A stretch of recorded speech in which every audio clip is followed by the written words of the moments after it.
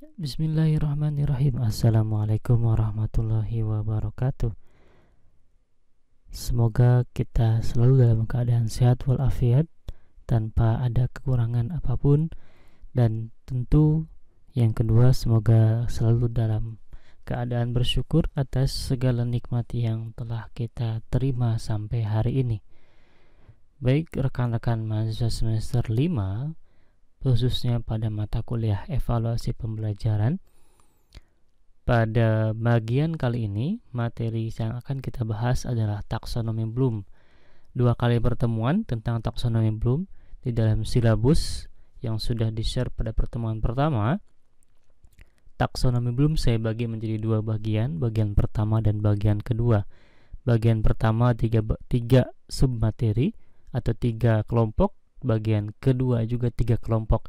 Tetapi saya akan rubah sedikit, yaitu bagian pertama materi pendahuluan semua 6-6-nya, karena taksonomi Bloom secara pembagian dibagi menjadi 6 bagian.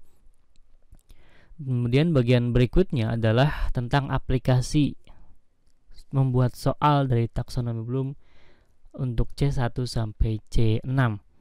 Nah, materi kali ini adalah tentang dasar-dasarnya materi, ada awalnya, belum kepada contoh soal. Sehingga di pertemuan berikutnya kita akan membahas tentang bagaimana membuat soal berdasarkan klasifikasi taksonomi Bloom. Apa sih taksonomi Bloom itu? Taksonomi Bloom itu merupakan klasifikasi dari kemampuan siswa berdasarkan level-level tertentu.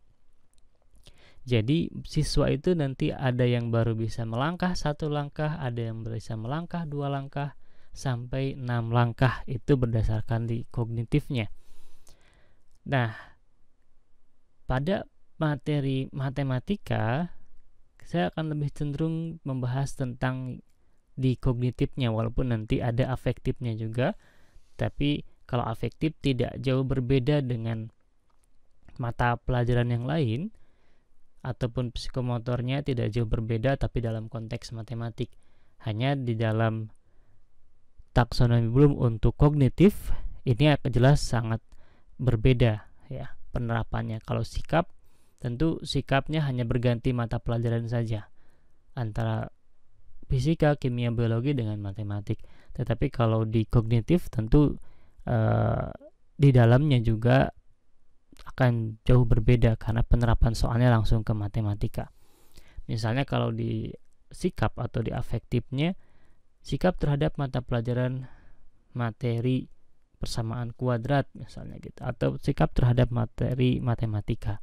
Kalau di kimia, sikap terhadap materi kimia, dan seterusnya. Jadi secara umum sikap itu tidak ada perbedaan ya, hanya dalam konteks tertentu. Tapi kalau di taksonomi Bloom untuk kognitif itu jelas ada perbedaan antara matematika, kimia, biologi, dan fisika, dan mata pelajaran di luar itu. Baik, kita mulai dari yang pertama.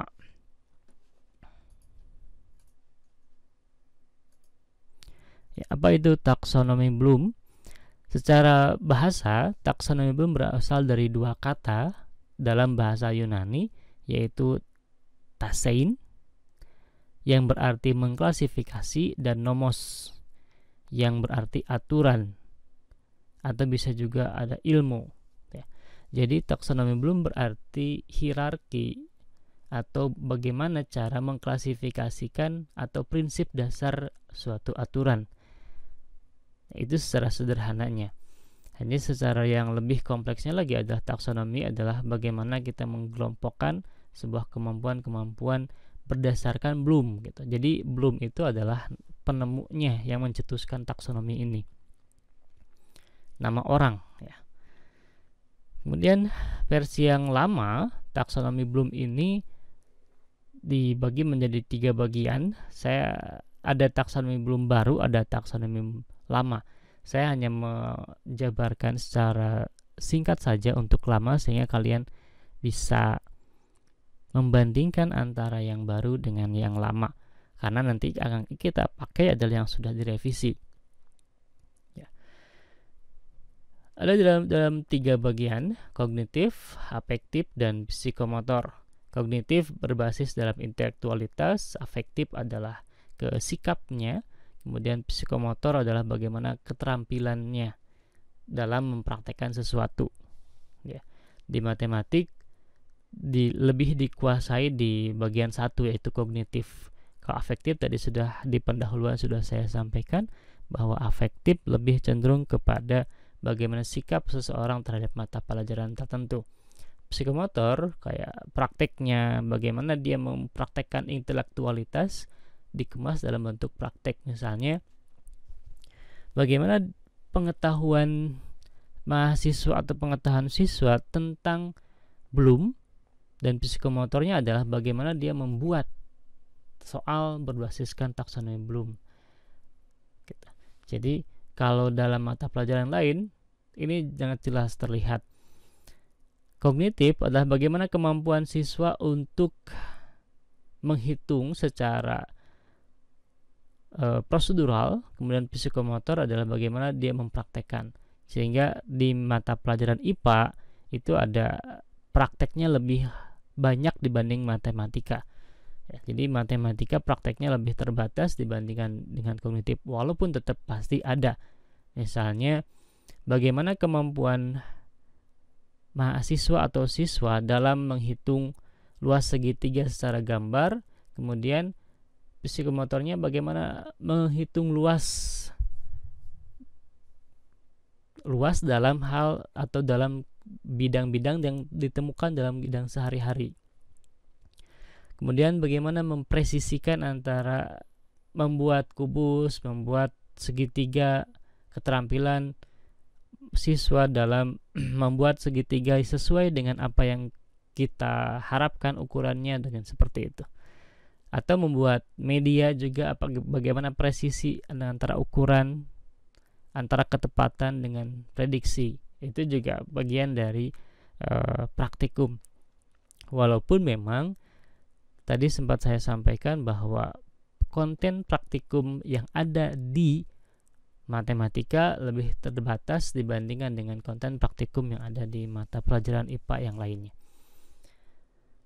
Oke, berikutnya. Nah, kognitif yang pertama adalah ranah kognitif menekankan pada aspek intelektualitas seperti pengetahuan, keterampilan berpikir. Nah, bedakan dengan tadi psikomotor. Kalau psikomotor keterampilan dalam mengolah dan menghasilkan sesuatu yang bisa dilihat secara langsung gitu. Kalau keterampilan memasak dan seterusnya juga kan antara intelektual dan praktik dia harus sinkron. Waktu saya SD setelah ada praktek memasak, walaupun tidak ada mata pelajarannya, itu kan teknik-teknik guru saja. Siswa senang, guru juga senang mencicipi masakan dari siswa ya. Jadi masing-masing memberikan simbiosis mutualisme. Siswa senang karena tidak belajar, dia beraktivitas masak. Itu bagian dari proses psikomotor, keterampilan, padahal tidak pernah diajarkan untuk memasak sebenarnya. Entah kalau waktu kalian sekolah SD. Oke. Dan ranah kognitif itu mengurutkan keahlian berpikir. Nah, di sini ada kata kunci. Ranah kognitif mengurutkan keahlian berpikir. Mengurutkan berarti ada urutan pertama, awal, dan sampai pada urutan terakhir atau tertinggi. Kemudian berikutnya next. Nah, secara urutan tadi yang lama, ini yang masih lama ya, saya tampilkan masih yang lama. Yang lama itu dikelompokkan menjadi 6 bagian dengan nama-nama sebagai berikut. Yang pertama adalah pengetahuan, knowledge. Yang kedua adalah pemahaman atau persepsi, comprehension. Yang ketiga adalah application atau penerapan. Yang keempat adalah penguraian atau menjabarkan, analyze. Sintesis, pemaduan, kemudian evaluation atau penilaian. Secara singkatnya, pengetahuan adalah dalam hal mengetahui sesuatu, tahu tidak, tahu dan tidak, cukup menyebutkan. Kemudian comprehension, memahami apa yang dia sebutkan itu paham tidak. Nah, simpelnya gini, burung beo itu dia bisa mengetahui apa yang diajarkan oleh pemiliknya atau pelatihnya, tapi dia tidak paham apa yang dia katakan. Pengetahuan, dia bisa mengulangi, mengetahui apa yang diajarkan, tetapi dia tidak paham apa yang dia katakan. Asal jadinya. Jadi kalau ada orang yang tersinggung dengan kata-kata beo, nah berarti itu baper ya. Tapi kalau paham, maka antara apa yang dia katakan dengan apa yang dia lakukan itu selaras. Sehingga beberapa informasi yang saya ketahui, kalau hanya mengetahui saja, maka misalnya dalam sholat, ya dia hanya sholat saja, dari awal sampai akhir sudah saja. Tapi sudah paham makna apa yang dibacakan, makna apa yang dikatakan dalam setiap pergerakan, maka dia akan melaksanakan dengan sangat seksama. Jadi kalau yang baru mengetahui tentang kewajiban sholat, dia hanya menggugurkan kewajiban. Tapi kalau memahami, sudah paham, dia mulai merasakan kebutuhan. Oh, sholat nih, waktunya sudah datang, sudah ada azan, langsung sholat. Kemudian setelah sholat, oh dia paham apa yang dia katakan. Minimalnya yang dia pahami adalah saya berdoa dan memohon berbagai hal dalam sholat itu. Jadi ketika dia paham tentang sholat, ketika tidak sholat satu kali merasa resah. Aplikasi setelah mengaplikasikan, setelah pengetahui sholat itu wajib, kemudian paham kewajiban tentang sholat dan bagaimana apa yang dia baca, maka aplikasi dalam kehidupan sehari-harinya adalah mencegah perbuatan keji dan mungkar misalnya. Ya. Nah, ini adalah aplikasi. Oh ya, saya tadi sudah sholat nih, kok masa masih berkata berbohong misalnya. Oh ya, tadi saya sudah sholat nih, masa masih buang sampah sembarangan misalnya. Itu adalah penerapannya. Kemudian analyze, mampu menguraikan kenapa ya saya sholat, apa yang saya butuhkan, apa yang saya rasakan antara sholat dengan tidak sholat gitu. Lalu sintesis itu memadukan, kalau saya sholat, saya akan merasa lebih tenang, lebih lancar, dan seterusnya. Jadi apa yang dia lakukan terus berefek kepada yang lainnya. Lalu yang terakhir adalah mengevaluasi.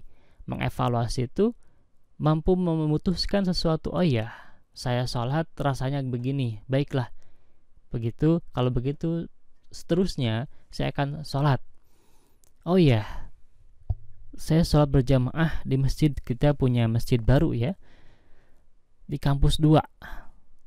Berjamaah dengan yang tidak berjamaah, saya merasakan berbeda rasanya. Berjamaah saya lebih tenang, tidak berjamaah, sholat pun sholat sendirian misalnya, kok ada sesuatu yang beda ya. Berarti saya harus sholat berjamaah terus di kampus, mumpung masih di kampus dekat dengan masjid misalnya. Nah, itu adalah proses bagaimana berpikir, kemudian dia mengetahui sesuatu, melaksanakan sesuatu, kemudian mengaplikasikan dalam kehidupan sehari-hari, menguraikan apa yang dia rasakan, memadukan dengan yang lain, kemudian menilai sesuatu dan memutuskan.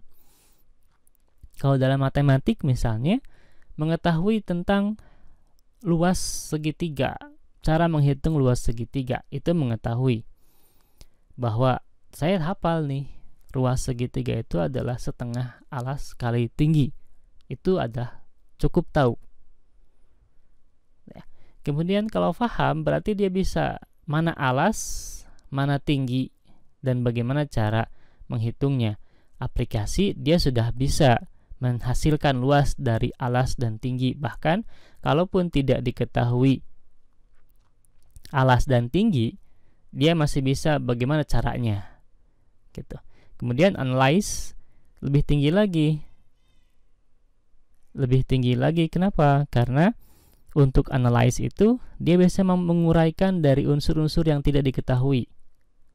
Jadi kalau di aplikasi disediakan alas dan tingginya, lalu dia hitung. Tapi kalau di analisis atau analyze, ada sesuatu yang hilang atau tidak seperti biasanya, gitu ya. Tidak seperti biasanya, kemudian dia masih mampu mencari luas. Misalnya biasanya informasinya adalah diberikan alas dan tinggi, tapi yang berikutnya di sini justru alasnya tidak diketahui, hanya tingginya saja. Bagaimana? Gitu.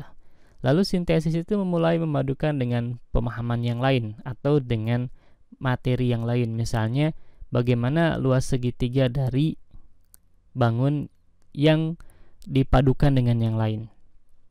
Kemudian evaluasi itu adalah lebih tinggi lagi daripada yang sebelumnya. Itu misalnya dalam segitiga bagaimana membandingkan antara segitiga yang satu dengan segitiga yang lain. Atau bagaimana sebuah kawat dibuat segitiga model 1, dibuat model segitiga model 2. Mana yang lebih membutuhkan lebih banyak misalnya. Sehingga dia memutuskan untuk sesuatu. Nah, itu yang versi yang lama. Secara materi saya sampaikan seperti ini. Simpelnya, knowledge atau C1, C itu adalah kognitif ya. Kemampuan menyebutkan atau menjelaskan kembali. Kemampuan menyebutkan atau menjelaskan kembali. Jadi ini simpelnya berupa hafalan. Sebutkanlah, misalnya. Dulu sering banget atau sering sekali kita diberikan soal tentang sebutkanlah. Kesini sudah mulai berkurang. Sebutkanlah pengertian dari sholat misalnya. Sebutkanlah pengertian dari persegi panjang. Sebutkanlah sifat-sifat persegi panjang. Nah, itu tentang pengetahuan. Yang berikutnya adalah comprehension. Kemampuan memahami instruksi dan masalah, menginterpretasikan dan menyatakan kembali dengan kata-kata sendiri. Nah, ini ada sedikit berbeda. Kalau tadi menyebutkan dan menjelaskan secara gampangnya, kemampuan menyebutkan dan menjelaskan kembali tetapi sama persis dengan teks, sama persis dengan teks yang dibaca. Kalau yang nomor 2 sudah mulai mengolah informasi. Sudah mulai mengolah informasi dengan bahasa sendiri tetapi tanpa keluar dari makna utama. Gitu. Kemudian yang ketiga, aplikasi, kemampuan menggunakan konsep dalam praktek dan situasi yang baru. Kemampuan menggunakan konsep dalam praktek dan situasi yang baru. Nah, yang ini ketika kalau dalam matematik sangat terlihat bedanya antara 1, 2, dan 3. Ya, kemampuan, jadi ketika mendapatkan konsep yang baru atau mendapatkan konsep, maka diterapkan ke dalam situasi yang baru yang belum diberikan atau pernah diberikan. Nah, sehingga di matematika itu dari dulu sampai sekarang masih tetap ada perkataan yang mengatakan contoh A, latihan soal B, kemudian UTS atau ujian soalnya C. Jadi seperti tidak nyambung begitu. Ketika dijelaskan oleh guru dalam contoh soal itu serasa gampang. Kemudian latihan mulai mengkerut. Lalu pada saat soal ujian atau kuis mulai butek misalnya. Sehingga pesan itulah menjadi sugesti setiap orang bahwa matematika sulit. Karena antara contoh soal latihan dan soal ujian itu tidak sama. Karena kalau sama C3-nya tidak ketahuan. Jadi kalau sama itu bersifat hafalan. Misalnya siswa tahu menyebutkan bagaimana hari kemerdekaan Indonesia itu 17 Agustus 1945. Itu mampu menyebutkan bahwa sebutkan hari kemerdekaan Indonesia 17 Agustus tahun 1945 misalnya. Itu adalah C1. Kemudian C2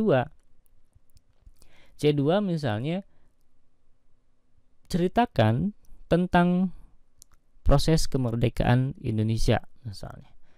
Maka dia mulai menceritakan sesuatu yang dia ketahui tentu dengan bahasa sendiri. Nah, C3 agak kebingungan nih guru sejarah misalnya. Apa situasi seperti apa yang bisa memancing untuk keluar kata-kata 17 Agustus? Nah, ketika di matematik jauh lebih variatif. Karena antara konsep, contoh soal latihan, dan soal ujian itu bisa berbeda tingkatan. Gitu. Karena kalau sama persis antara misalnya kalau sama persis antara contoh dengan yang soal latihan, kalau contoh di kelas yang dibahas bersama guru di kelas sama dengan soal latihan, maka dia akan masuk ke C1, mampu menuliskan kembali. Contoh soal misalnya dalam dalam persamaan kuadrat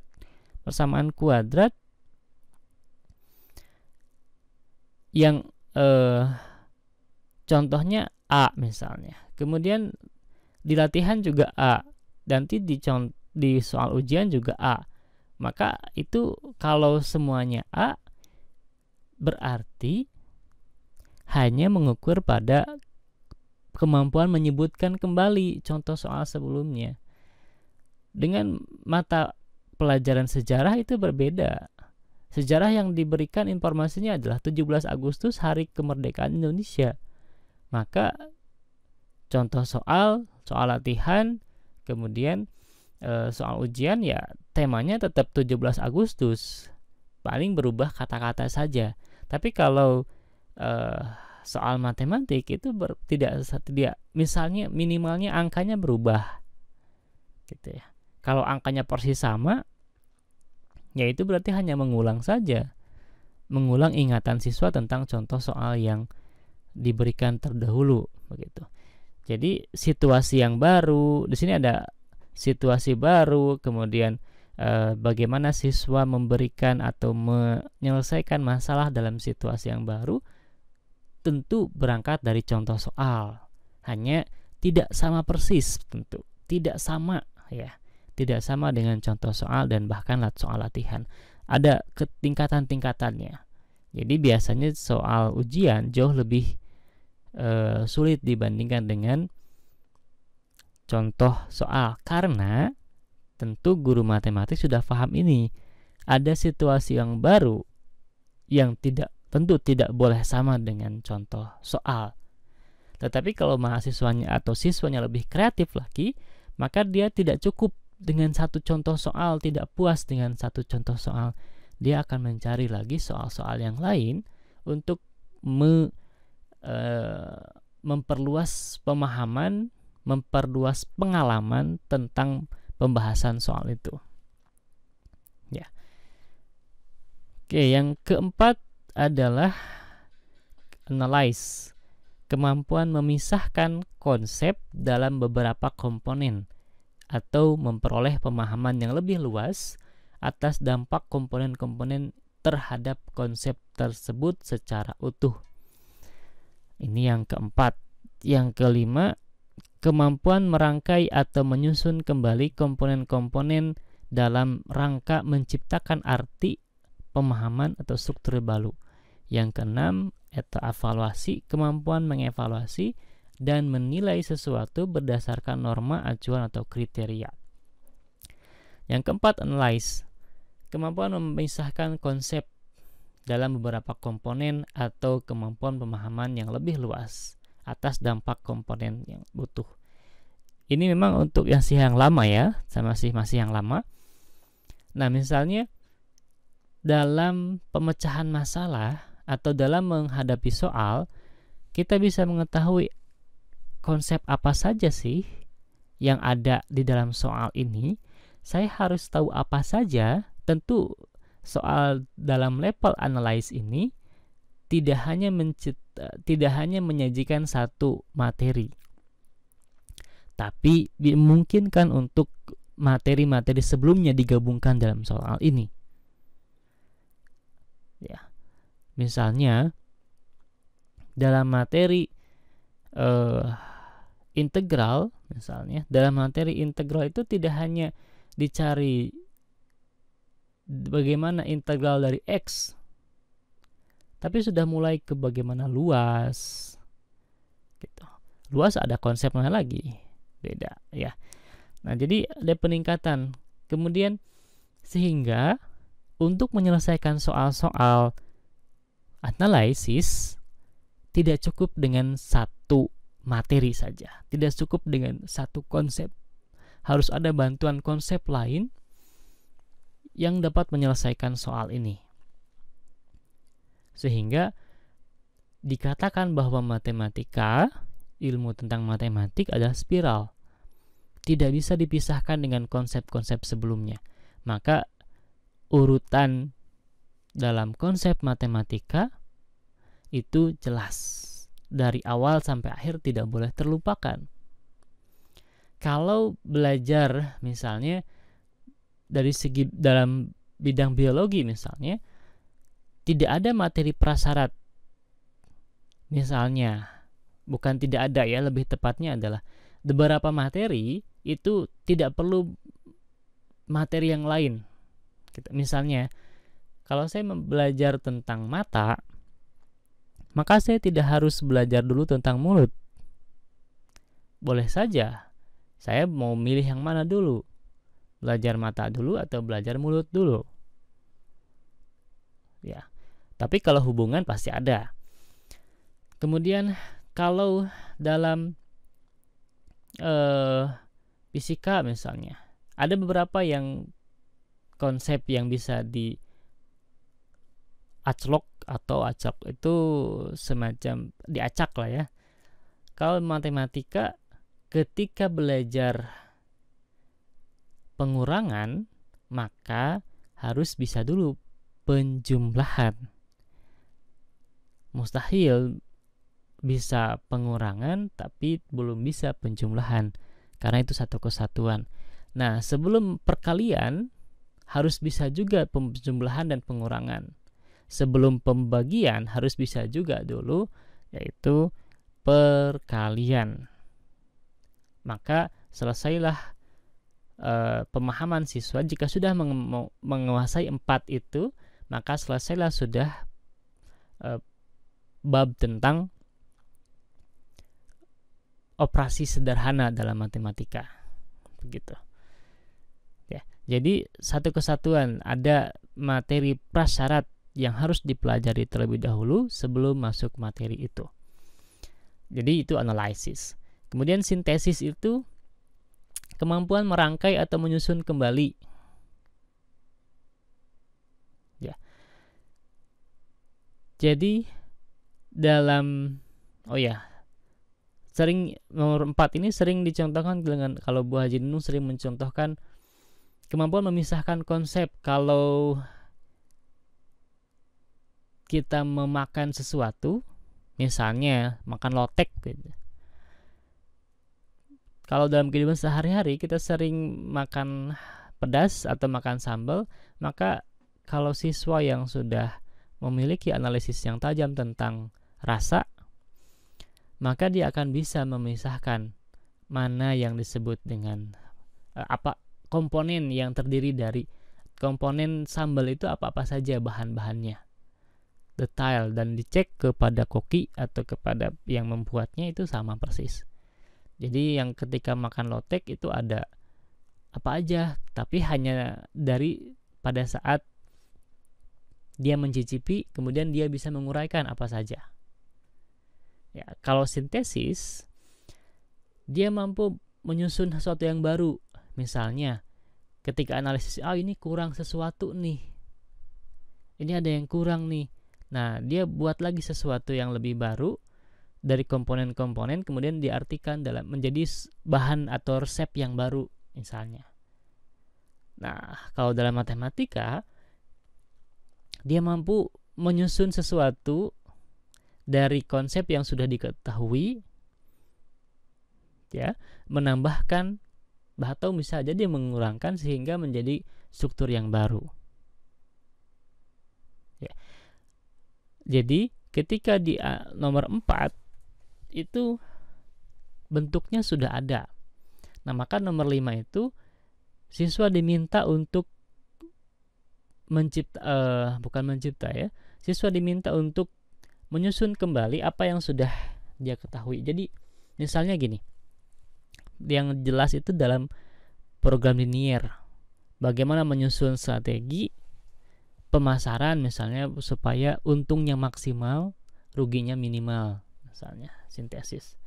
Kemudian evaluasi itu mampu menilai, atau dalam soal matematika itu ada dalam pembuktian langkah keberapakah yang salah, misalnya menganalisis, kemudian menilai dari 2 model kerangka ini itu mana yang paling menguntungkan dan mana yang paling rugi gitu. Jadi dianalisis, dievaluasi dan ditentukan dan dipilih hasilnya mana yang lebih menguntungkan secara untung ruginya. Oke, itu yang kognitif dimensi yang lama atau yang lama, belum yang lama ya. Nah, ini kita sudah masuk kepada yang baru nih, dimensi kognitif yang baru. Kategori yang pertama, mengingat. Prosesnya mengenali atau mengingat kembali. Penjelasannya, menarik kembali informasi yang tersimpan dalam memori yang jangka panjang. Dalam prosesnya, ini hanya berupa ingatan, menghafal sesuatu, kemudian mengatakan kembali tanpa ada pemaknaan. Ya. Apakah mengingat ini mudah? Belum tentu mudah. Tetapi secara level kognitif ini menjadi paling rendah. Memang apa yang mengingat susah? Kalau mengingat saja mudah, misalnya kalau mengingat dikatakan mudah, maka orang-orang pasti akan sangat mudah dalam menghafal Quran. Maka kita akan sangat mudah dalam menghafal Quran. Tetapi tidak semudah itu. Kenyataannya hanya beberapa orang atau tidak semua orang bisa mengingat Quran atau menjadi hafidh-hafidhoh. Jadi di sini salah satu contoh soal mengingat yang sulit adalah menghafal Quran. Tapi kalaupun Allah mengatakan bahwa itu mudah untuk kalian, maka mudahlah. Gitu ya. Jadi dalam prosesnya mengingat ini adalah menjadi kemampuan yang paling dasar. Salah seorang ahli matematik mengatakan bahwa memory is good but not enough. Mengingat itu bagus, tetapi tidak cukup. Tidak cukup hanya dengan mengingat saja, maka soal-soal itu selesai, tidak cukup. Atau Einstein pernah bilang bahwa jika Anda tidak ingin melupakan sesuatu, maka jangan pernah mengingat. Atau lebih tepatnya adalah semakin banyak rumus yang Anda ingat, maka akan semakin banyak juga rumus yang Anda lupakan. Ya. Jadi mengingat ini menjadi paling dasar. Prosesnya adalah mengenali atau menyebutkan, kemudian mengingat kembali dan menyebutkan kembali. Yang kedua adalah memahami. Memahami lebih banyak lagi nih proses kognitifnya. Menafsirkan, mencontohkan, mengklasifikasikan, merangkum, menyimpulkan, membandingkan, menjelaskan. Konsepnya tadi masih sama dengan C2 di kognitif sebelumnya, yaitu lebih tinggi daripada mengingat. Jadi seperti yang saya sampaikan di awal bahwa proses kognitif dalam taksonomi Bloom ini adalah seperti halnya tangga. Semakin dari rendah kemudian naik sampai ke 6 level atau 6 tingkatan. Nah, secara penjelasannya, mengkonstruksi makna dari materi pembelajaran termasuk apa yang diucapkan, ditulis, dan digambar oleh guru. Oke, saya ulangi, mengkonstruksi makna. Nah, ada konstruksi ya, mengkonstruksi makna dari materi pembelajaran termasuk apa yang diucapkan, ditulis, dan digambar oleh guru. Jadi tidak hanya sekedar menyebutkan sesuatu, tapi bisa mengkonstruksi makna. Itu artinya adalah bisa memaknai, bisa membangun makna. Konstruksi itu kan bangun, atau bisa membuat makna dari materi pembelajaran yang sudah diucapkan, ditulis, dan digambar oleh guru. Jadi tidak, kalau dalam bahasa Sunda, atpal cangkem, tapi bisa memaknainya, menafsirkan, dan bisa mencetupkan kembali. Kemudian yang C3, mengaplikasikan. Mengeksekusi berarti menghitung, hitunglah. Nah, itu berarti sudah mulai. Ya. Mengimplementasikan. Kemudian simpelnya adalah itu, maaf saya kembali lagi. Penjelasannya adalah menerapkan atau menggunakan suatu prosedur dalam keadaan tertentu. Mengeksekusi, tentukanlah, misalnya dalam matematik ya. Nanti kita akan ditampilkan contoh KKO-nya, kata kerja operasional. Ingat-ingat nih, KKO itu adalah kata kerja operasional. Mengeksekusi dan mengimplementasikan. Jadi menghitung, sudah mulai masuk nih kalau menghitung. Tapi ingat, ketika justru jangan sampai siswa diberikan latihan soal yang sama persis atau yang sama dengan contoh soalnya. Karena berarti kalau seperti itu, kalau siswa diberikan contoh soal dan latihan soal sama, ya sama, maka itu masuknya bukan mengaplikasi, tapi di sini atau malah di sini. Karena dia mengingat-ingat nih soal contoh sebelumnya apa, kemudian di latihan apa. Gitu. Jadi kalau Anda membuat contoh soal latihan, dan soal ujian itu sama, semuanya sama, maka alih-alihnya masuk ke sini. Sehingga kalau menyusun soal remedial itu yang repot. Repotnya kenapa? Menyusun soal remedial itu tantangannya lebih besar. Atau jangan remedial lah, menyusun soal susulan saja. Misalnya ada siswa atau mahasiswa yang tidak bisa hadir, tidak bisa ikut ujian pada waktu yang ditentukan, maka guru harus membuat soal ulang untuk memfasilitasi siswa itu. Kalau guru membuat soalnya sama dengan yang gelombang sebelumnya, maka berarti ada kemungkinan siswa kreatif dan mengingat-ingat soal sebelumnya, lalu dia menjawab soal yang persis sama. Tetapi kalau yang berbeda, ya, tantangannya adalah guru harus mengorbankan waktu dan tenaga yang sama persis dengan soal yang pertama, tetapi yang menerima manfaatnya adalah 1 atau 2 orang. Gitu. Jadi disinilah agak beberapa, termasuk saya, dosen itu tidak mau ada ujian susulan. Karena secara pemikiran, secara waktu, membuat soal untuk 1 orang yang susulan atau 2 orang yang susulan sama persis atau sama langkah-langkahnya, sama tingkat kesulitannya dengan membuat soal untuk 3 kelas misalnya. Di sini juga ada timbul perasaan bagi seorang guru, terutama saya sendiri ya, saya pribadi, ketika membuat soal itu sudah berdarah-darah misalnya, membutuhkan pemahaman lebih, membutuhkan waktu lebih, bagaimana caranya supaya tidak nyontek, tetapi pada saat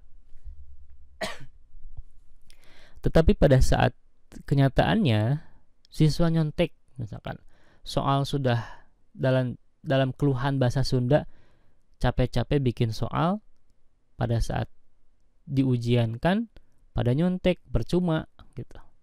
Sehingga banyakan kalau yang putus asa untuk menyusun soal, udah aja samakan dengan buku paket. Nah, itu jangan sampai disamakan dengan buku paket, tapi harus ada modifikasi. Ya. Jadi levelnya tentu berbeda. Kemudian berikutnya, level kognitif, masih tetap level kognitif dalam taksonomi Bloom. Yang keempat adalah menganalisis. Yang keempat, menganalisis secara kalimat itu tidak ada tidak jauh berbeda antara yang kognitif lama dengan yang baru, tetapi lebih aplikatif, ya, lebih operasional katanya. Untuk menganalisis sendiri, proses kognitifnya adalah membedakan, mengorganisasi, kemudian mengatribusi.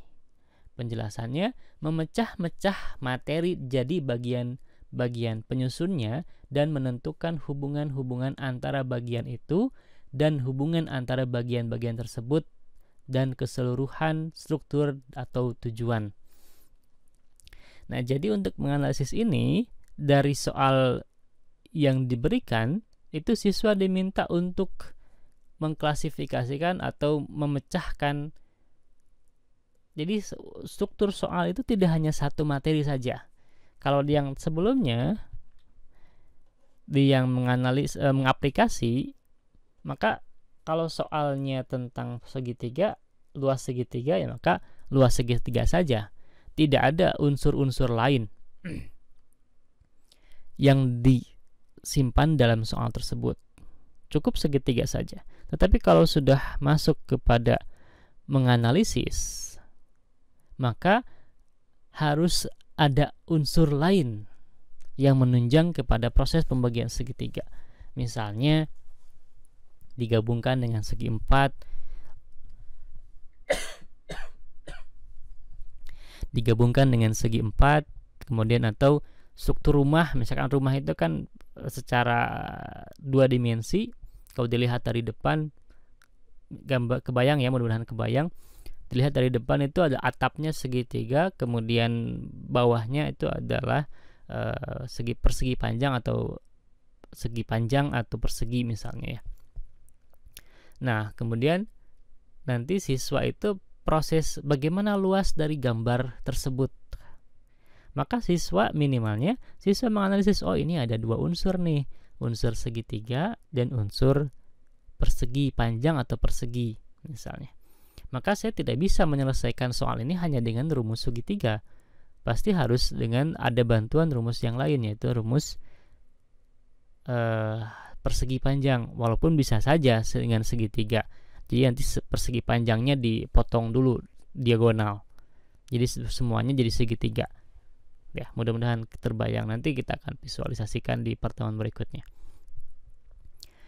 Nah, jadi tidak hanya cukup dalam satu materi, tapi ada konsep lain, sehingga ada penggabungan antara materi yang satu dengan materi yang lain. Biasanya dengan syarat materi yang digabungkan itu adalah materi yang sudah dipelajari tentunya. Jangan sampai menggabungkan materi yang belum pernah dipelajari oleh siswa. Kecuali jika ingin mengetahui apakah sudah ada siswa yang kreatif belajar sendiri atau belum. Begitu. Itu boleh-boleh saja, tapi itu masuknya kepada diagnostik. Tapi kalau dalam situasi yang normal, situasi yang biasa, jadi jangan sampai memberikan materi, jangan sampai memberikan soal pada materi yang belum sama sekali dipelajari.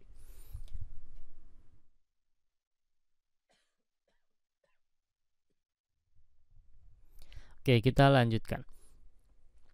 Yang kelima, mengevaluasi. Nah, mengevaluasi ini tentu dari urutannya lebih tinggi lagi daripada yang keempat. Ini yang kelima, C5, mengevaluasi. Memeriksa, mengkritik kata kerja operasionalnya atau proses kognitifnya. Memeriksa atau mengkritik. Penjelasannya, mengambil keputusan berdasarkan kriteria atau standar tertentu. Ya, mengambil keputusan biasanya ini dalam soal, bentuk soalnya adalah ada dua model. Nanti siswa diberikan soal pilihan opsinya adalah dari kedua bentuk tersebut manakah yang paling mahal, manakah yang lebih murah misalnya. Jadi ada dua ketentuan atau jalur mana yang paling cepat misalnya. Siapa yang sampai duluan misalnya. Jadi ada proses membandingkan antara kasus A dengan kasus B. Atau dalam dua kondisi, minimalnya dua kondisi yang terjadi dalam satu waktu yang sama, manakah yang paling menguntungkan, manakah yang paling baik, dan seterusnya. Atau juga memeriksa proses pembuktian. Langkah keberapakah yang salah misalnya. Itu masuk kepada evaluasi. Kemudian yang terakhir adalah mencipta. Mencipta itu secara proses kognitifnya adalah merumuskan, merencanakan, memproduksi. Kemudian memadukan bagian-bagian untuk membentuk sesuatu yang baru dan koheren atau untuk membuat suatu produk yang orisinal. Nah, memang secara level ini kan yang lebih tinggi, gitu. Yang lebih tinggi memang ada rumus baru misalnya. Rumus baru yang dimaksud di sini bukan misalnya segitiga rumusnya jadi apa, gitu. Bukan seperti itu. Tetapi siswa diberikan tantangan untuk membuat sesuatu atau mencari jalan lain atau menciptakan jalan lain untuk menyelesaikan masalah itu. Nah, di sini benar-benar tentu dengan materi-materi yang sudah kita ajarkan tentunya. Di sini di level ini siswa diminta untuk menyelesaikan masalah yang memang belum pernah sama sekali dia selesaikan. Kalau tadi saya di analisis itu ada penggabungkan antara rumah, menggabungkan antara segitiga dengan persegi panjang. Nah, maka di mencipta ini kalau di matematik adalah membuat sesuatu tentu dengan langkah-langkah C1 sampai C5. Jadi bagian-bagian yang sudah dipelajari itu dicoba kemudian bisa nggak menjadi sesuatu yang baru. Tentu tadi saya sampaikan yang baru di sini adalah bukan berarti belum pernah ada di matematika sebelumnya, belum pernah ada di materi sebelumnya, tapi tiba-tiba diciptakan oleh siswa. Tidak seperti itu.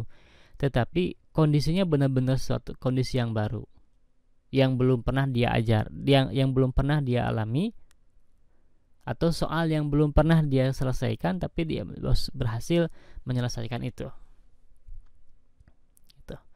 Nah, jadi untuk menciptakan sesuatu itu atau menyusun rencana dari awal sampai akhir mana yang diambil, mana yang lebih menguntungkan, nanti akan mirip dengan C5, tetapi kalau ini kan memeriksa saja mana yang lebih baik.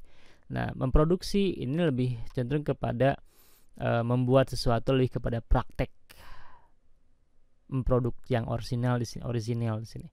Jadi untuk mencipta sendiri dari katanya memang mencipta, tapi bukan berarti atau tidak sampai kepada harus menciptakan rumus baru misalnya. Pernah ada yang berkata pada beberapa semester sebelumnya, maksudnya mencipta itu apa, Pak? Apakah harus dari segitiga, rumus segitiga yang lama adalah setengah alas kali tinggi. Apakah harus menciptakan rumus yang baru misalnya? Nah, tidak seperti itu. Nanti kita akan dibandingkan soal tentang satu materi, dibandingkan level 1, level 2 sampai level 6 di pertemuan berikutnya. Lanjut. Nah, dalam pengetahuan ada dimensi-dimensinya. Dalam pengetahuan atau kognitif itu ada dimensi-dimensinya. Yang pertama adalah faktual, atau kemampuan yang pengetahuan yang faktual artinya adalah pengetahuan tentang terminologi, struktur misalnya. Yang kedua adalah pengetahuan tentang bagian detail dari unsur-unsur. Yang kedua, pengetahuan tentang klasifikasi dan kategori, konseptual. Ini konsepnya apa? Faktanya adalah tentang sesuatu materi, dia tahu unsur-unsurnya apa, dia tahu faktanya tentang materi itu apa. Fakta dari luas segitiga adalah setengah alas kali tinggi. Fakta dari luas persegi adalah S kali S, misalnya persegi panjang P kali L misalnya. Itu adalah faktanya. Kemudian strukturnya dia tahu tentang dari mana itu S susunannya, kemudian dari gambar dari mana itu alas, dari mana tinggi dan seterusnya. Dia tahu tentang itu. Kemudian menggabungkan dan menghitung sesuatu. Kemudian konseptual, pengetahuan tentang klasifikasi dan kategori. Dia bisa mengklasifikasikan kalau dalam segitiga berarti segitiga seperti apa sih segitiga sama kaki, seperti apa segitiga sama kaki sama sisi, segitiga siku-siku dan seperti yang lainnya dan lain-lain. Kemudian pengetahuan tentang prinsip dan generalisasi. Nah, dalam matematik erat kaitannya dengan generalisasi. Ketika konsep bilangan, urutan atau barisan 1, 3, 5, 7 dan seterusnya itu adalah berarti ini kesimpulannya adalah bilangan ganjil. Gitu. Simpelnya ya, ini simpelnya. Kemudian pengetahuan tentang teori, model dan struktur. Teori, model dan struktur itu juga masuk kepada konseptual. Kemudian masih dimensi kognitif yang berikutnya, pengetahuan prosedural adalah pengetahuan tentang keterampilan khusus yang berhubungan dengan suatu bidang tertentu, pengetahuan tentang algoritma atau urutan. Kemudian yang ketiga ya, tadi yang pertama adalah faktual, kemudian konseptual, dan yang ketiga adalah prosedural. Jadi prosedural itu cara-caranya, alurnya, atau algoritma itu urutannya. Pengetahuan tentang keterampilan khusus yang berhubungan dengan suatu bidang tertentu dan pengetahuan tentang algoritma. Kemudian berikutnya pengetahuan tentang teknik dan metode yang berhubungan dengan suatu bidang tertentu. Yang berikutnya pengetahuan tentang kriteria atau penentuan kapan suatu prosedur tepat digunakan. Ya, maksudnya situasi-situasi dalam matematika itu tidak selamanya sama. Kita bisa menentukan strategi yang mana nih yang tepat untuk soal ini. Misalnya, strategi yang mana nih tepat untuk soal yang itu. Tidak semuanya dengan rumus yang kita tahu. Misalnya trigonometri misalnya itu banyak sekali rumus. Kalau kita hafal misalnya yang saya tahu saja ada 32 yang wajib tahu. Tapi kalau hafal itu belum tentu saya bisa menghafal rumus sebanyak itu. Tapi kalau sudah tahu konsepnya, maka mudah untuk menyusun rumus 1 sampai rumus 32 atau 30. Malah bisa jadi lebih. Nah, yang keempat masih dimensi kognitif atau dimensi pengetahuan adalah pengetahuan metakognitif.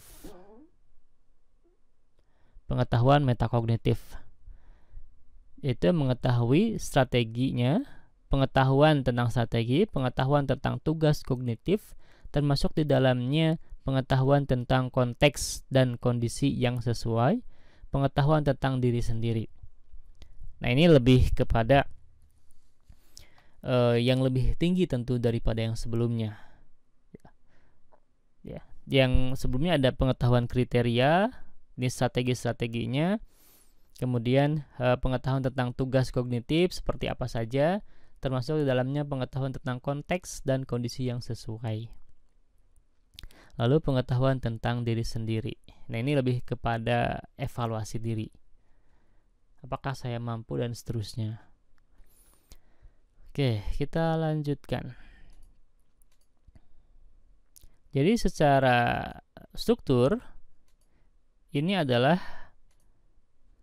perbandingan antara taksonomi Bloom yang lama dengan taksonomi Bloom yang baru.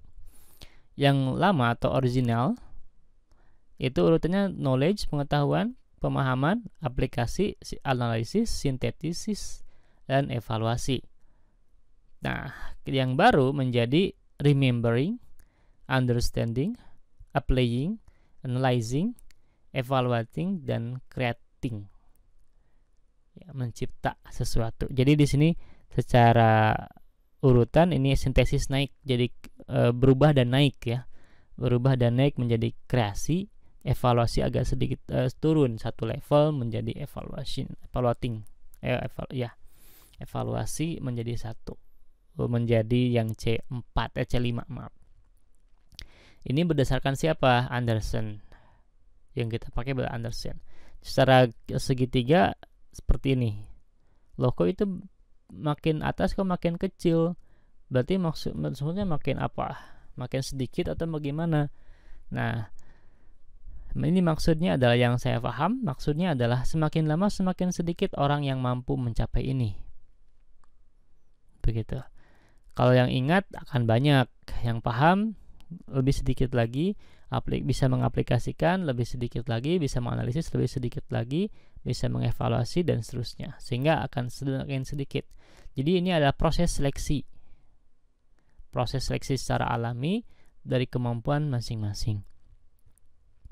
Jadi ini bukan orang-orang yang berbeda, ini adalah orang yang sama, dan ini merupakan level tadi seperti tangga. Tidak mungkin orang bisa memahami kalau tidak ingat. Walaupun kadang suka ada yang bilang, saya ngerti maksudnya tapi saya lupa rumusnya apa. Nah, berarti itu belum dikatakan belum paham. Ya, jadi ini merupakan prasyarat. Ingat itu prasyaratnya untuk paham. Ingatan prasyarat untuk pemahaman. Pemahaman prasyarat untuk bisa mengaplikasi. Bisa mengaplikasi syarat untuk bisa menganalisis. Bisa menganalisis syarat untuk bisa mengevaluasi. Bisa mengevaluasi kan kalau kita bisa evaluasi itu kan kata kuncinya adalah tadi mengkritik ya, salah satunya mengkritik. Nah, saya coba cari kembali. Nah, ini evaluasi adalah mengkritik, memeriksa dan mengkritik. Salah satunya kemampuannya. Jadi terkadang ini evaluasi buat saya sendiri juga. Terkadang kita pandai mengkritik tapi tidak pandai untuk membuat alternatif. Misalnya gini, simpelnya saja, lebih banyaknya itu, kalau saya simpelnya gini, ketika membuat, misalnya pada saat beberapa minggu yang lalu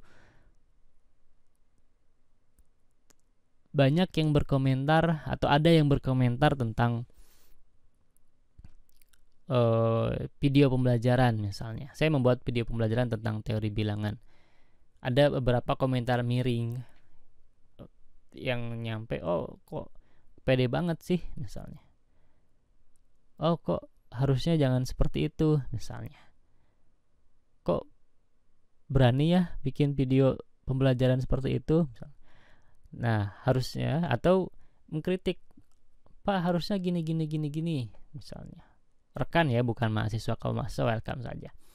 Tapi yang mengkritik itu belum punya karya sama sekali. Ya, ngerti ya maksudnya. Kalau akan lebih bagus, akan lebih baik kalau yang mengkritik itu dia juga nih saya punya karya, akan lebih terhormat lah istilahnya. Akan lebih terhormat ketika mengkritik itu punya, karena kadang gini, ketika proses mengkritik itu kadang lebih pada jangan sampai kita terjebak kepada proses mengkritik tapi untuk mengecilkan mental, mengecilkan performa atau percaya diri, confidence-nya, sorry. Jangan sampai kita mengkritik itu justru niatnya untuk mengecilkan mental seseorang. Tapi kritiklah jika memang layak untuk dikritik, tapi jangan sampai itu tujuannya untuk mengecilkan mental. Ya, karena ada beberapa dosen yang tidak mau tampil, takut komentar netizen jahat misalnya.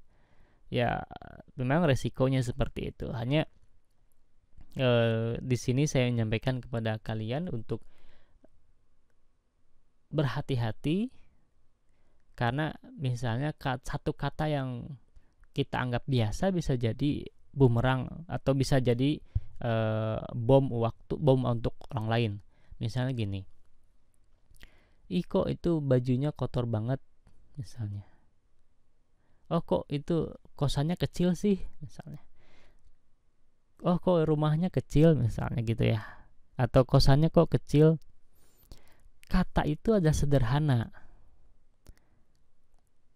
Kata-kata itu sederhana menurut yang mengucapkan, tapi tidak mungkin atau belum tentu sesederhana yang seperti yang diucapkan itu. Misalnya tadi, ini rumahnya kecil ya, misalnya gitu ya. Pada saat pemilik rumah itu mendengar kalimat itu, dia mulai ada konflik. Dia ingin pindah rumah, dia ingin punya rumah yang lain, tapi kemampuannya tidak sampai. Nah, disitulah konfliknya. Dia cari berbagai cara untuk memberikan atau memiliki rumah yang lebih besar misalnya. Padahal kata-katanya, rumah ini kecil ya misalnya. Hanya itu saja, simple. Tetapi itu akan berdampak. Jadi jangan sampai, dan hati-hati juga mengkritik. Jangan sampai mengecilkan dan malah membuat konflik internal di dalam seseorang itu. Tetapi ada beberapa juga yang mampu menerima kritikan itu. Jadi di sini saya ingin menyampaikan bahwa pilih bahasa yang memang baik, dan kalau memang bahasa yang kita sudah dimiliki, sudah dipilih itu baik, maka nanti mudah-mudahan diterima dengan baik juga oleh yang menerima gitu. Karena terkadang ketika penyampaian kritik kemudian diterima, itu beberapa orang atau lebih dominannya adalah defend atau mempertahankan apa yang dia lakukan, kemudian memberikan pembelaan. Tapi banyak juga yang menerima terbuka, welcome. Mudah-mudahan saya termasuk kepada yang welcome, silakan mengkritik.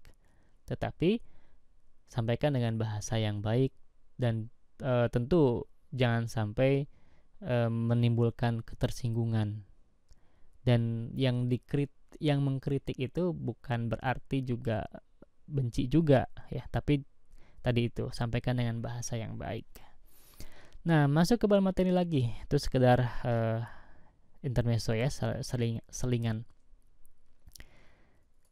Berikutnya, proses kognitif taksonomi Bloom. Nah, ini masih masuk yang tadi.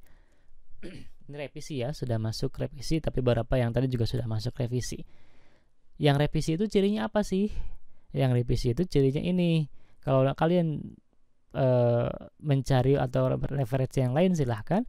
Tapi kalau menemukan ini kata-katanya, level kognitif misalnya C1 adalah knowledge, comprehension, application, analysis, synthesis, dan evaluation, maka berarti itu masih yang lama, belum revisi, masih yang original dari Bloom, Benjamin S. Bloom. Tapi kalau sudah menemukan yang seperti ini, nah ini yang kita pakai ya.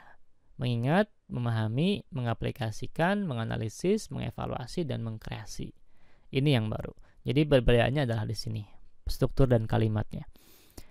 Berikutnya ya, ini kita lanjutkan lagi yang tadi. Proses kognitif taksonomi Bloom. Yang pertama, remember, yang mengingat.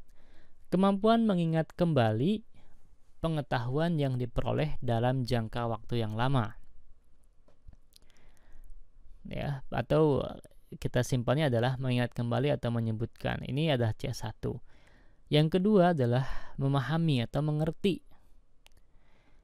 Dikatakan mengerti adalah kemampuan membangun makna dari pesan-pesan instruksional, termasuk lisan, tulisan, dan grafik komunikasi.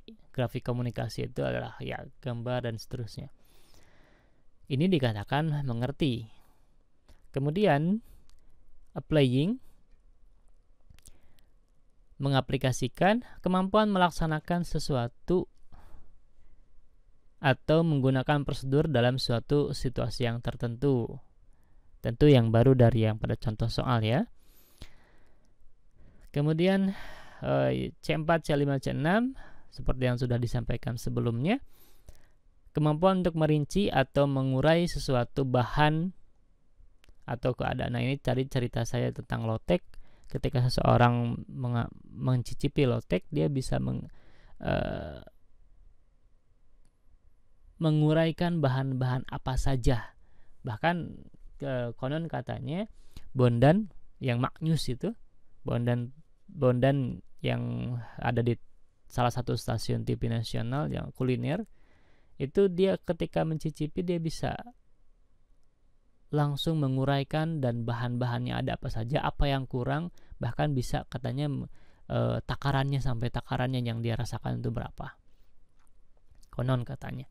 Berarti kemampuan menganalisis sudah luar biasa tentang rasa. Nah, berikutnya evaluasi. Mengevaluasi kemampuan untuk membuat pertimbangan terhadap situasi atau nilai atau ide atau mampu melakukan penelitian berdasarkan kriteria yang standar. Tadi sempat ya saya memberikan beberapa alternatif, jadi ada 2 gambar, maka dipilihlah gambar yang terbaik. Lukisan misalnya, kalau lukisan kan subjektif ya, ada yang menilai dari seni, bisa jadi kalau lukisan satu orang dengan orang yang pertama dan orang yang kedua bisa jadi berbeda penilaiannya. Nah, kalau di sini ada 2 jalur, misalnya manakah yang jalur tercepat? Kreasi, kemampuan menyusun unsur-unsur untuk membentuk suatu keseluruhan yang koheren atau fungsional, mengorganisasikan unsur ke dalam pola atau struktur yang baru. Dari sini tadi, nah prosesnya misalnya di sini adalah ketika merasakan sesuatu, kita bisa mengurai bahan-bahannya. Bahan-bahannya ini saja nih, segini. Kemudian mengevaluasi di sini. Ini kayaknya kurang segini, kurang ini. Maka buat lagi yang baru. Termasuk juga kalau kita di browsing atau searching di YouTube, satu kata kunci saja kita masukkan, ada banyak tuh yang tampil. Misalnya evaluasi pembelajaran tentang taksonomi Bloom, sangat mungkin tidak hanya satu yang tampil, bahkan yang saya tampilkan juga bisa saja ditampil juga di versi yang lain, di dalam channel yang lain misalnya. Itu sangat mungkin.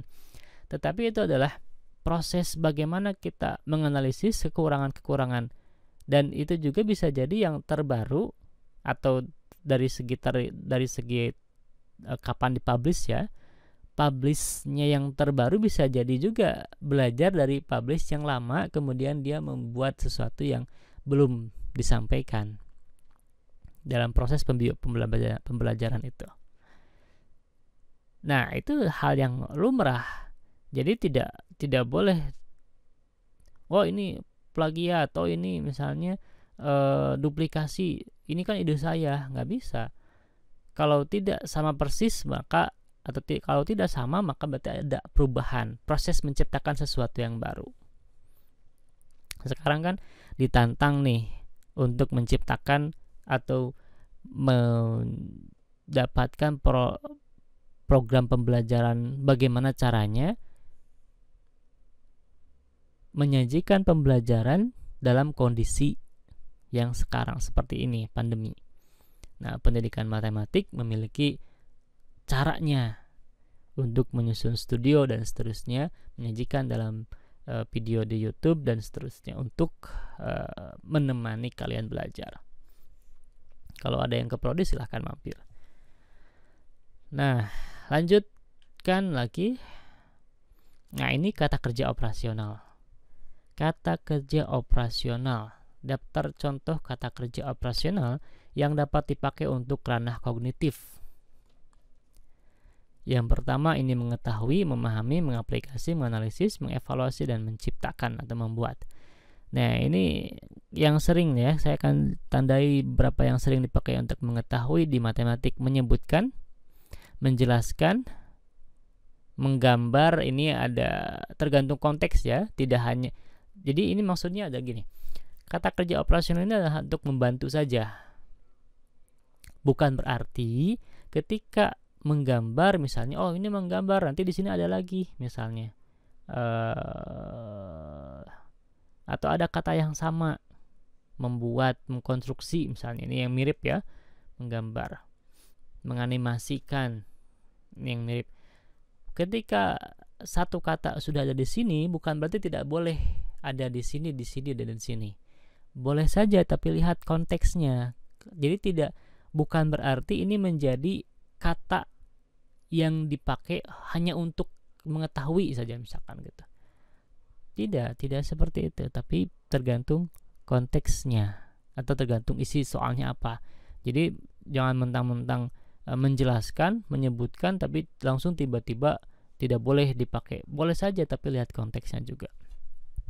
Ya, maksudnya jangan hanya terjebak dengan satu kata lalu langsung kalian judge, oh ini mengetahui, padahal level soal selanjutnya atau pada level soal sebenarnya itu adalah mengaplikasi misalnya. Jadi ini adalah kata-kata bantu saja yang bisa dimanfaatkan. Membilang, mengidentifikasi. Nah, mengidentifikasi ini kan sama nih, menjelaskan, ini menjelaskan juga. Berarti itu konteksnya, lihat konteksnya. Jadi tidak langsung ini menjelaskan tidak boleh dipakai di sini. Atau kita bisa jangan menyimpulkan bahwa kata ini adalah menjadi kata kunci untuk mengetahui misalnya. Sehingga yang kalau semua soal dengan kata-kata ini muncul berarti itu adalah soal mengetahui. Tidak. Lihat konteks dan kondisi dalam soalnya. Nah, dalam matematik yang sering adalah menyebutkan, menjelaskan, menggambar. Bisa gambarlah segitiga misalnya sama kaki. Membilang, kemudian mana lagi? Kalian bisa saja baca lagi ya, menghafal itu tidak. Meninjau, memilih juga ada nanti di level yang lain. Mempelajari, mentabulasi, memberikan kode, menelusuri, menulis. Nah, jadi menyebutkan, kemudian menjelaskan, menggambar, membilang itu masuk ke ya kata bantu di matematika. Memahami, memperkirakan, menjelaskan sama mengkategorikan. Maksudnya mengkategorikan, disajikan beberapa gambar tentang segitiga atau beberapa gambar tentang bangun datar. Nanti siswa diminta memilih mana yang termasuk segitiga, mana persegi panjang, mana persegi, mana layang-layang, dan seterusnya, genjang dan seterusnya. Kemudian mencirikan, merinci, mengasosiasikan, membandingkan. Nah, membandingkan juga nanti ada di evaluasi ini. Nah, ini membandingkan.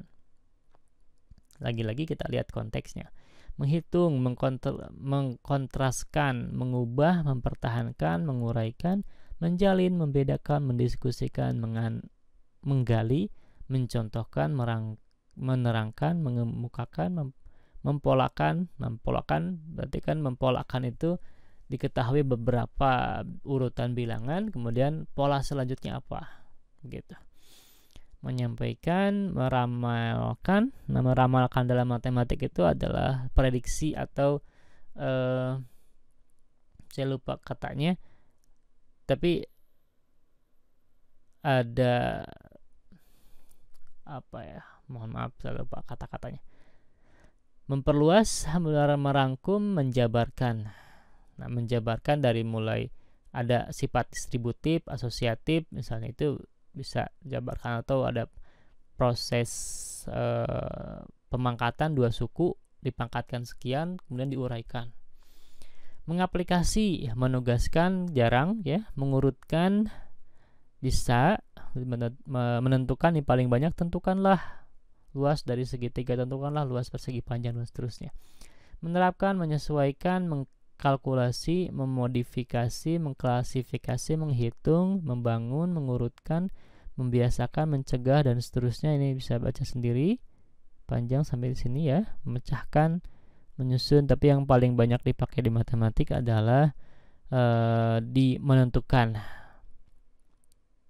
ya, menghitung, hitunglah dan seterusnya itu ya. Kemudian menganalisis berarti mana yang bisa kita pakai. Analisislah bisa mengaudit, tidak memecahkan, menegaskan, mendeteksi, mendiagnostik, menyeleksi, merinci, menominasi, mendiagramkan atau membuat diagram, mengkorelasikan, merasionalkan, menguji, mencadangkan, menjelajah, membangankan, itu maksudnya apa ya? Oke, kita lewat. Menyimpulkan, beri kesimpulan, ini bisa. Nah, sering sampai sini ya. Jadi bla bla bla bla misalnya.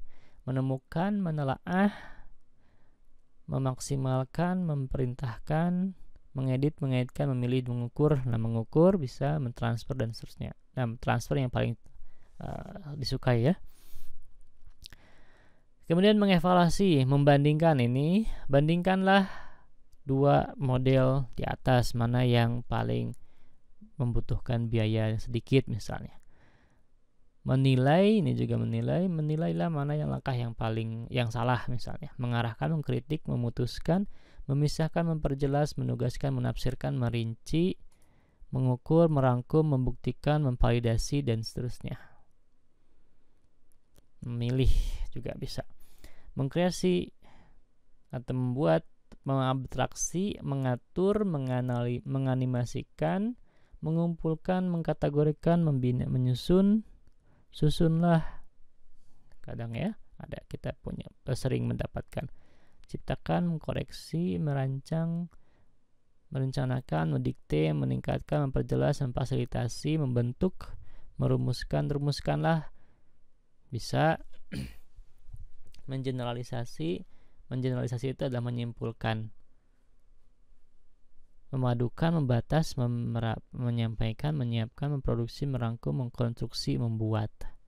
Buatlah model segitiga atau buatlah model matematika dari kasus di atas, bisa.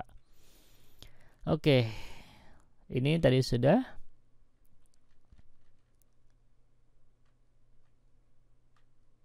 Oke, ini sudah tadi ya, metakognitif. Oke, kemampuan yang diukur pada taksonomi yang revisi dari segi matriknya seperti ini. Ya, ini dimensi kognitif. Ini dimensi pengetahuan. Jadi dimensi kognitif dibagi menjadi 6.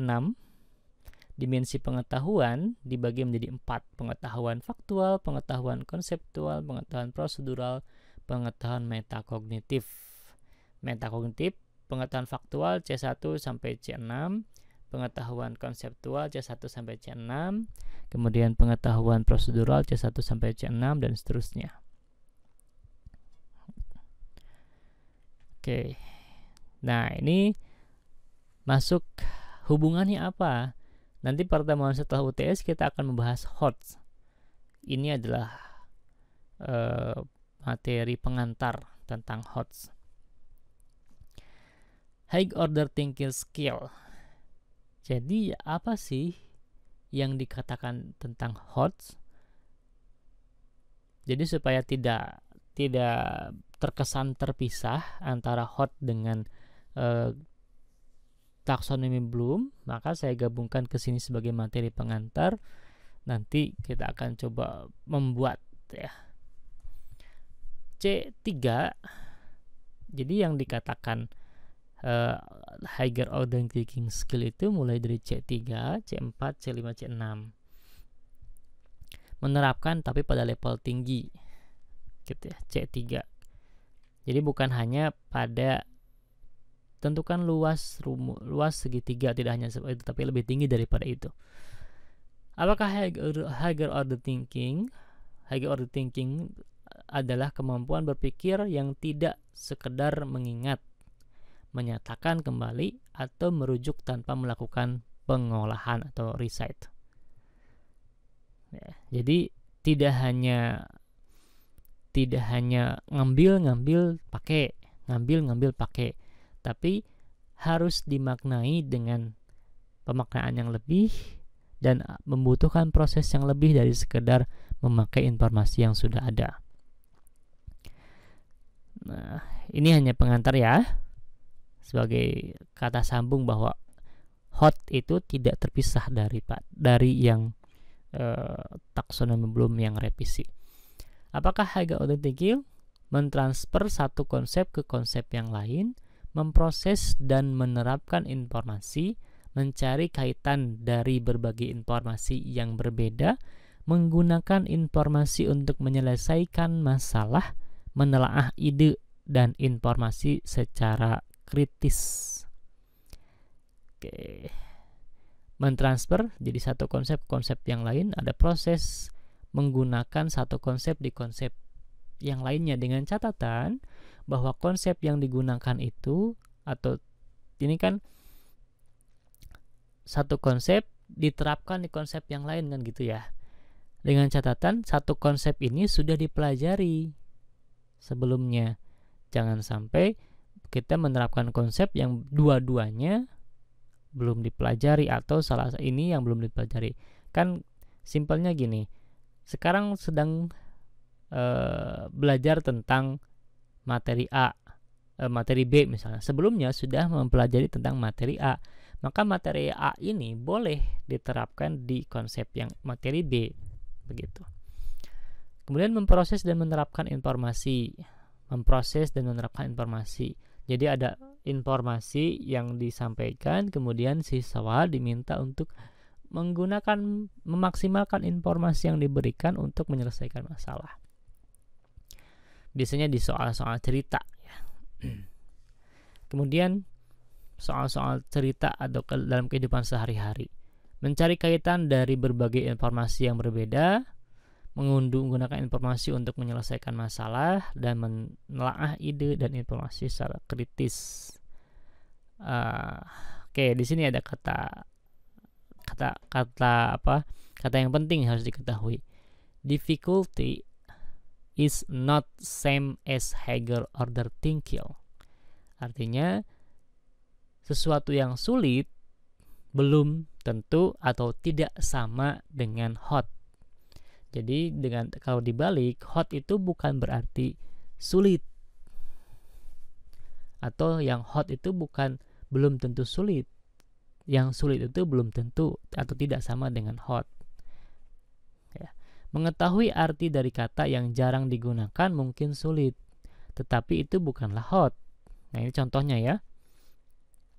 Mengetahui arti dari kata yang jarang digunakan mungkin sulit, tetapi ini bukanlah hot, kecuali melibatkan proses bernalar seperti mencari arti dari konteks dan stimulus. Gitu ya. Jadi hot bukan berarti sulit, tapi biasanya yang sulit adalah hot gitu ya. Oke. Kita lanjutkan. Nah, ini yang masih taksonomi Bloom, lot ke hots. Nah, ini yang tadi saya sampaikan, tangga pengetahuan, pemahaman, aplikasi, analisis, sintesis, dan evaluasi. Loh, kok tadi berbeda dengan yang gambar sebelumnya? Gambar sebelumnya itu segitiga, semakin atas semakin sedikit. Kok ini maksudnya jadi semakin meningkat? Ini memang beda ya. Artinya ini adalah tingkatan. Kalau tadi adalah berdasarkan respon siswa, semakin atas semakin sedikit yang mampu gitu. Kalau ini tingkatan semakin tinggi, semakin atas semakin tinggi, semakin C6 semakin tinggi levelnya begitu maksudnya. tantangannya. Ini berdasarkan tantangan. Kalau yang tadi berdasarkan respon siswa akan semakin sedikit. Jadi yang ini load, jadi ini aplikasi atau mengaplikasi itu adalah transisi. Jadi kalau tadi makanya di sini diterapkan, dicantumkan apa? Tadi yang di sini. Nah, sebentar. Nah, yang di sini ada pada level tinggi. Karena ini transisi. Jadi hot yang C3 itu nanggung. Tidak masuk, tidak bisa dipakai. Kalau masuk terlalu mudah gitu. Jadi dikatakan ada level tingginya. Jadi tadi saya sampaikan bahwa kalau yang ini merupakan tingkatan, artinya ketika sudah paham maka dia dikatakan juga mampu ingat. Ya, karena ini kan beririsan ya. Kalau saya tarik dari sini kan beririsan. Sebentar. Nah, ini kan beririsan, ini kan level ingatan. Nih sampai sini. Ini level ingatan. Jadi ingatan itu menjadi modal utama atau modal dasar ya. Modal dasar untuk sebelum kemampuan-kemampuan yang lain. Di pemahaman, coba kita lihat. Oke, saya gambar dulu.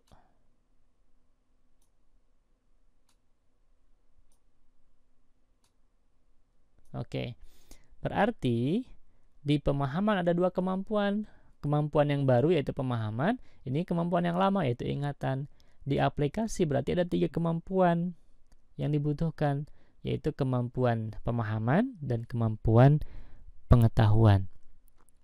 Kemudian analisis juga sama, berarti ada beberapa kemampuan aplikasi, mengaplikasikan, kemampuan memahami atau pemahaman, dan kemampuan ini masih yang lama ya. Levelnya, tetapi secara umum masih sama, tingkatannya sama, tinggal diganti dengan yang baru. Oke, jadi kalau yang baru berarti ini analisis, ini adalah evaluasi terdiri dari kemampuan yang di bawahnya kan gitu ya, seperti itu. Jadi semakin ada semakin lama. Nah, ini yang baru. Oke, ini yang baru untuk yang sudah direvisi. Oke. Jadi mengingat, memahami, menerapkan, menganalisis, mengevaluasi, mencipta. Dan ini hot, ini McCurry. Taksonomi Bloom dari load ke hot. Jadi ada sangat erat hubungannya antara hot dengan load. Hot dengan taksonomi Bloom, maaf. Kemudian proses kognitif Bloom. Nah, ini tadi sudah ya. Jadi mulai dari 2001 taksonomi Bloom itu berganti jadi yang revisi katakannya. Jadi revisi itu buah karya dari Anderson dan Cartwalk ya. Mudah-mudahan tidak salah menyebutkannya. Tadi ini sudah.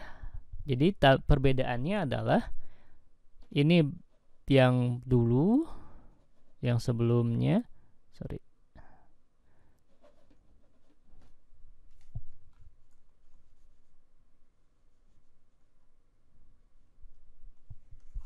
sebentar, maaf.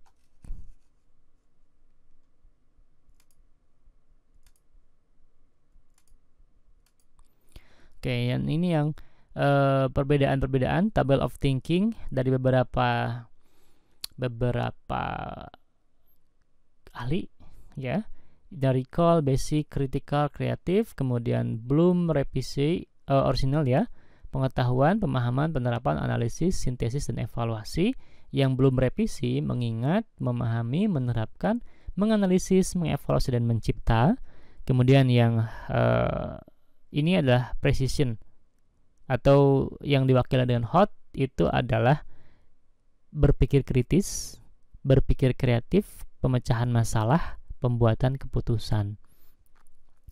Nah, ini yang sama dengan levelnya gitu ya. Jadi kalau dalam berpikir kritis, berpikir kreatif berarti sudah masuk kalimat hot gitu. Tetapi secara level itu sama dengan yang di sini. Jadi kalau kita berkatakan berpikir kritis, berpikir kreatif, pemecahan masalah berarti sudah masuk kepada hot. Tetapi levelnya sama dengan ini, menganalisis, mengevaluasi, mencipta. Nah, ini gambaran yang lainnya. Karakteristik instrumen untuk mengukur hot dalam taksonomi Bloom tadi ini adalah dimensi pengetahuan. Dari bawah, faktual, konseptual, prosedural, kognitif. Kemudian ini dari yang samping yang revisi ya. Jadi ini adalah tingkatannya. Jadi sambung menyambung menjadi satu, itulah Indonesia. Jadi ini berdasarkan dimensi pengetahuan, ini berdasarkan kognitif. Disinilah keterampilan berpikir tingkat tinggi. Jadi yang paling atas dan paling kanan dari playing, analisis, evaluasi, dan kreatif, kemudian naik ke konseptual, prosedural, dan metakognitif. Sehingga keterampilan berpikir tingkat tinggi, kalau kita mengatakan berpikir kritis, berpikir kreatif, pemecahan masalah, dan pembuatan keputusan, berarti itu adalah sudah masuk kepada HOTS. Nanti pertemuan ke-9 kita akan membahas tentang HOTS secara detailnya, bagaimana membuat soalnya. Demikian saya rasa sudah cukup penjelasan tentang taksonomi Bloom, beberapa kata sejarahnya, kemudian kepada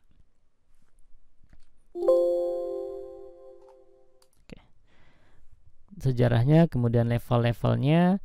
Lalu untuk contoh soalnya kita akan mulai di minggu depan lagi atau pertemuan berikutnya, materi berikutnya. Mudah-mudahan bisa dipahami level-levelnya ya, indikatornya tadi atau beberapa yang penting. Nanti ini akan saya sampaikan beberapa yang penting di sini ya, level-levelnya. Kalian coba membaca-baca soal lalu mulai memprediksi ini C1, C2, C3 atau C4 atau C5 atau C6 ya, begitu. Untuk melatih. Tapi untuk menentukan itu C1 sampai C6 itu tidak hanya bisa dilihat dari soal. Tapi lebih tepatnya adalah kalian merasakan bagaimana proses berpikir itu, lalu nanti kalian bisa menentukan. Gitu. Kalian merasakan bagaimana proses berpikir, kemudian kalian nanti bisa menentukan mana yang merupakan C1, C2, C3 dan seterusnya. Sehingga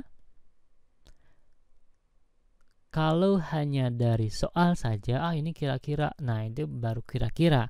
Tetapi kalau sudah mulai mengerjakan soalnya, kemudian kalian bisa merasakan. Biasanya kalau satu tema,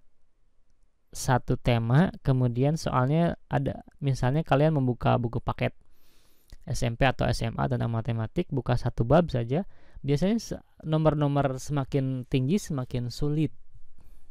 Nah itu berarti ada semakin peningkatan. Semakin mengkerut kalian dalam menjawab soal, berarti akan ada semakin meningkat. Tapi kalau sama semua soalnya, ini mudah, kayaknya ini bisa langsung jawab tanpa ngotret, nah itu berarti levelnya level biasa saja. Begitu. Mudah-mudahan bisa membantu dan memberikan gambaran apa yang bisa kita pelajari hari ini dengan teknik taksonomi Bloom. Minggu atau materi pertemuan berikutnya kita akan coba mengkomparasi antara C1, C2, C3. Saya akan sajikan dalam satu tema. Saya ambil materi, kemudian nanti berubah dari, kita bisa lihat perbedaan antara level soal level 1, level 2 atau sampai level ke-6. Kemudian materi berikutnya tentang NCTM juga. Jadi materi berikutnya NCTM 1 dan 2. Ya. Terima kasih, mudah-mudahan bermanfaat. Mohon maaf jika ada hal yang kurang berkenan, ada salah kata, salah ucap dalam penyampaian materi ini. Mudah-mudahan kedepannya jauh lebih baik lagi. Semoga bermanfaat. Terima kasih. Saya tutup dengan bacaan hamdalah, istighfar, dan doa akhir majelis. Assalamualaikum warahmatullahi wabarakatuh.